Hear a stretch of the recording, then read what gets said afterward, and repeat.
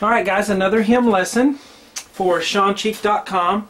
This hymn is My Faith Looks Up to Thee. And make sure you download the PDF for this on the website. All the lessons have downloads where you can have your own sheet music there.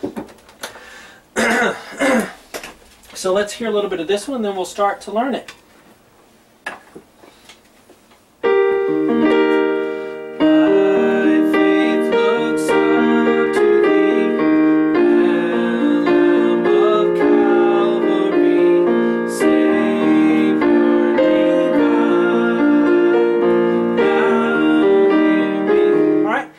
A lot of notes, and I'm going to show you how to do that as well.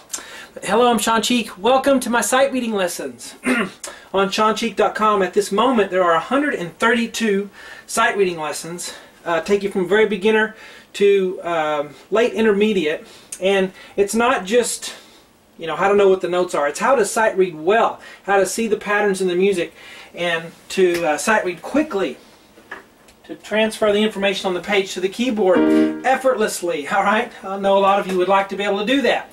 Well, there's a lot of things that people do in their younger years that they skip over, and that's why they're bad sight readers. So I try to retrain your brain for that stuff. But let's look at this hymn here. In part one here, we're going to learn the notes here, and I'm going to assume that you can read music already. If you cannot read music, you need to do my very beginner sight reading lessons on SeanCheek.com, and then you can graduate to something like this. So I'm going to assume you can read music a little bit already. Now, I zoomed in so much you can't see the key signature, but we have 3 flats. So that tells us B, E, and A are automatic flats. So anytime we have a B, an E, or an A, we're going to flat it. Okay, we're going to start.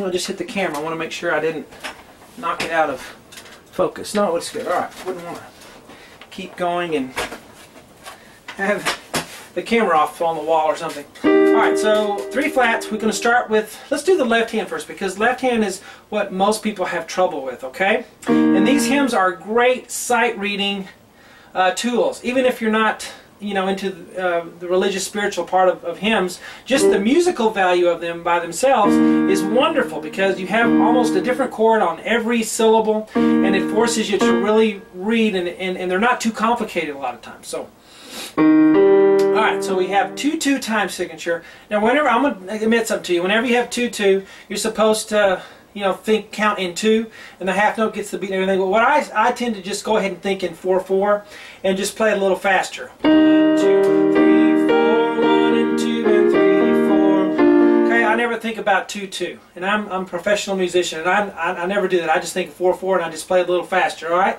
little tip for me. So the left hand's going to start with E flat and G. That should automatically come to you. If it doesn't, do the flashcards on SeanCheek.com and those downloads. Alright, E flat and B flat are next. 2 times, and you have it again, and have it again, have it again. Let's keep going. Then we're going to have a B flat octave. So B flat octave. There, and 2 more. B flat, pretty simple so far, huh? And then we go back to the E flat 5th, E flat, B flat. Now we're going to change to F, B flat, and then A natural. That's a natural sign, don't flat it. It would have been flat because of the key signature. So F natural, A natural, and then B flat octave again, and then the last, this actually starts the next phrase, but E flat and B flat together. Now that ledger line is an E flat. Another good thing about hymns is you'll have ledger lines, and people are weak reading those sometimes. Remember, a middle C would be on that first ledger line, so the second one is an E flat. So 2 E flats there, okay? Now, let's look at the right hand, then we'll try to put them together. E flat, and then it has 2 stems, right? You wonder why that is? Because the alto and the soprano and alto are both singing in E flat. So because the stems up are soprano, stems down are alto. Alright, so that's why it's that way. And then E flat and G together. Alright, and then G and B flat together. G and B flat again. And then down to F and A flat. And then E flat and G. Now my fingering, I'm going 1, 1, 2, 2, 4, 2, 4, 1, 3, 2, 4. That's what I'm doing. You can do something else if you want. D and F, F and A flat right there. F and A flat again. E flat and G, D and F. and then E flat and G together, and D and F, and then we're going to go up to E flat and C together, and then come down to D and B flat. 2, 3, 4, and that last measure starts the new phrase, G and B flat together, and then down to E flat and G, F and A flat. Now, we know the rhythm. 1, 2, 3, 4, 1 and 2 and 3 and 4 and 1, 2, 3, 4, 1 and 2 and 3, 4. If you have trouble with rhythms, we also do that in the beginner sight reading lessons. 1, 2, 3, 4, 1, 2, 3, 4, 1, 2, 3, 4. Now I'm going to put both hands together and do it slowly for you. Okay, you ready?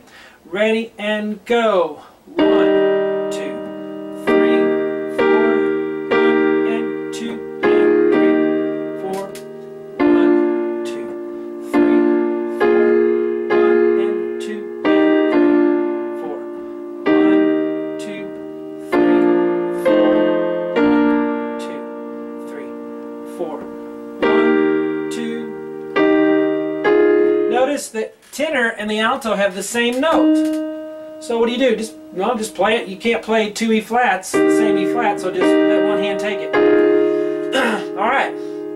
In part 2, we're going to learn the rest of this hymn, and then in part 3, I'm going to show you how I add notes.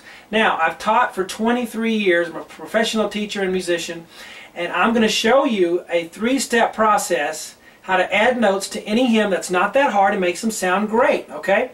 I did that on the last hymn. I'm going to continue explaining that a little more on this hymn and on the following hymns. Hope you guys enjoy it.